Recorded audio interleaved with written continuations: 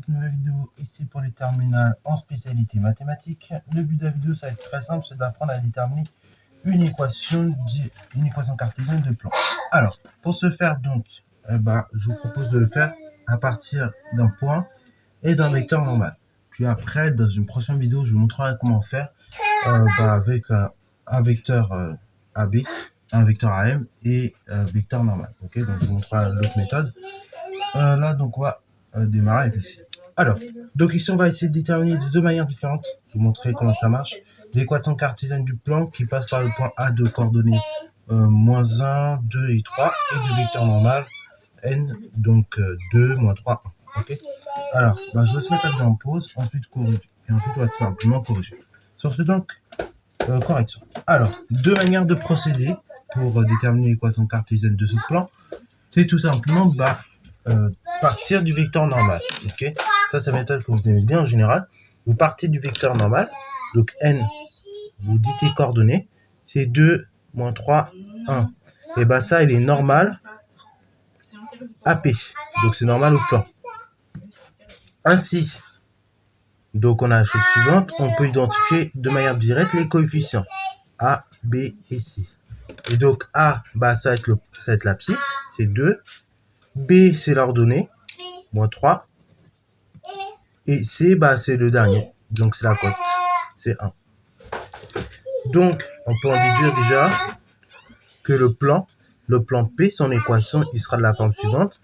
C'est de la forme de nombre A, donc ici 2, multiplié par X, plus donc le nombre B, moins 3, multiplié par Y, plus le nombre C, donc ici 1, que je multiplie par la cote Z, plus un réel D, tout ça égale 0. Et après, on va déterminer D à partir du point A. Donc, après on dit or A de coordonnées, alors moins 1, 2, 3 appartient à P. Donc, on vient à la chose suivante. Donc, A de ses coordonnées, c'est moins 1, 2, 3. Il appartient au plan P. Donc, ça veut dire que le point A va vérifier cette équation-là. Ce qui veut dire que quand je vais remplacer les X, les Y et les Z par les coordonnées du point A, ça va satisfaire l'équation qui est là. Donc ainsi, quand on remplace, on aura 2 fois l'abscisse de A, moins 1, moins 3 fois l'ordonnée de A, donc ici 2, plus la valeur de Z, donc ici plus 3, plus un réel D, ça doit valoir 0. Parce que tout simplement, le point A, il appartient au plan P. Donc, il vérifie cette équation. Ok. Ensuite, l'étape qui suit, c'est trouver la valeur de D. Donc là, on va faire un petit peu de calcul. 2 multiplié par moins 1, moins 2, moins 3 fois 2, moins 6, plus 3. Tout ça, ça fait plus 3 plus D. Tout ça, ça fait 0. Après, donc, je réduis encore un peu. Moins 2, moins 6, ça fait moins 8. Plus 3, moins 5, plus D, égale 0. Donc, équivaut à la chose suivante. Donc, D égale 5. Donc, conclusion, on trouve que le plan P, son équation cartésienne, est de la forme suivante. Donc, c'est 2x moins 3y plus z. Une fois z, c'est z. Donc, on écrit z tout simplement. Plus la valeur de D trouvée, donc plus 5. Et tout ça, ça fait 0. Oui, comme c'est une équation cartésienne, on a tendance à l'oublier, mais il faut mettre le 0 derrière. Sinon, on n'a plus son équation cartésienne. Alors, ensuite, deuxième étape. Alors, ça, c'est la première méthode. Deuxième méthode, on peut raisonner via un produit scalaire, justement. Ok, donc le produit scalaire, il s'écrira là. Donc là, il faudrait poser le point. Donc, deuxième manière. Donc ça, c'est la première méthode. Deuxième méthode, on dit qu'on pose M de coordonnées suivantes. Donc de coordonnées X, Y, Z. Donc un point qui appartient également au plan P. Ok. Et A, ses coordonnées c'est 1, moins 1, 2 et 3. Lui aussi, il appartient au plan P. Ainsi, donc, le vecteur AM, qui a pour coordonnées la chose suivante, donc c'est d'abord l'abscisse de M moins l'abscisse du point A, donc ça fait X plus 1.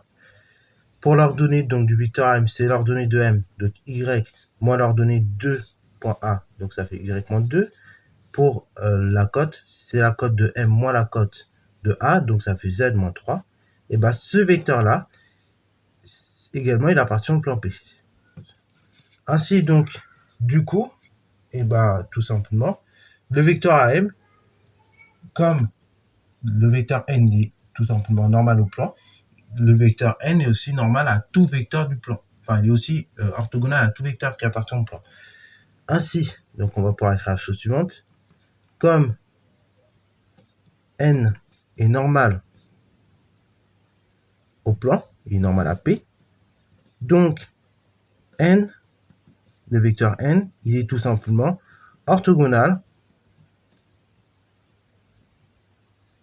à M, ok, qui appartient au plan.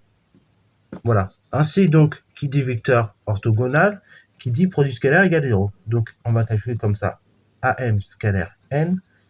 Et donc après, bah, du coup, on va appliquer la formule que l'on connaît.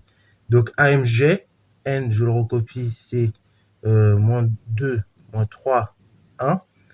Et donc, je calcule le produit scalaire de ces deux-là.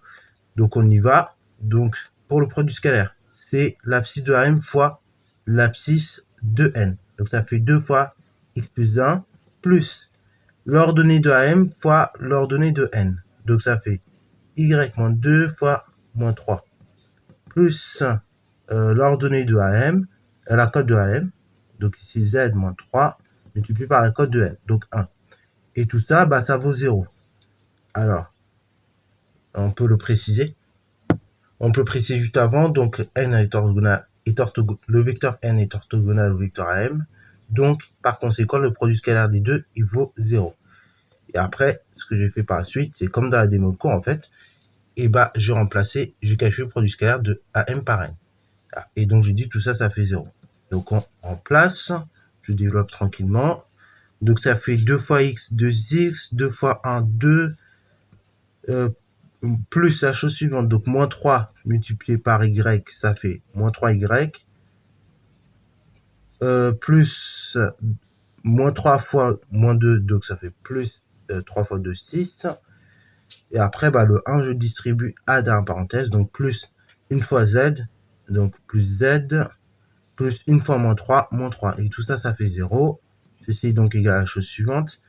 Donc, on regroupe les termes ensemble. On a 2x, après moins 3y, plus z, et après 2 plus 6, 8, moins 3, 5, égale 0. Donc, conclusion, le plan P, on trouve qu'il a la même équation que tout à l'heure, c'est logique. Hein. C'est 2x moins 3y plus z, et tout ça égale 5. Voilà. Donc, voilà les deux manières de trouver, encore une fois, l'équation d'un plan. Ok, donc soit on le fait en posant un point qui appartient, tel que le vecteur appartient au plan, et donc on calcule le produit scalaire comme on l'a fait là, ou soit bon, on fait la méthode un peu plus directe, ok, en identifiant à chaque fois les coefficients, et donc en prenant un point de la droite. Voilà, donc finalement j'ai fait même les deux en cours, j'ai fait les deux méthodes en cours. Donc voilà, de toute manière, il fallait faire les deux ici dans cette vidéo. Donc voilà, bah, maintenant vous savez comment donner l'équation cartésienne d'un plan. Donc en tout cas, j'espère que la vidéo t'a plu. Si c'est le cas, n'hésitez pas à la liker, commenter et balancer toi en mathématiques et en sciences.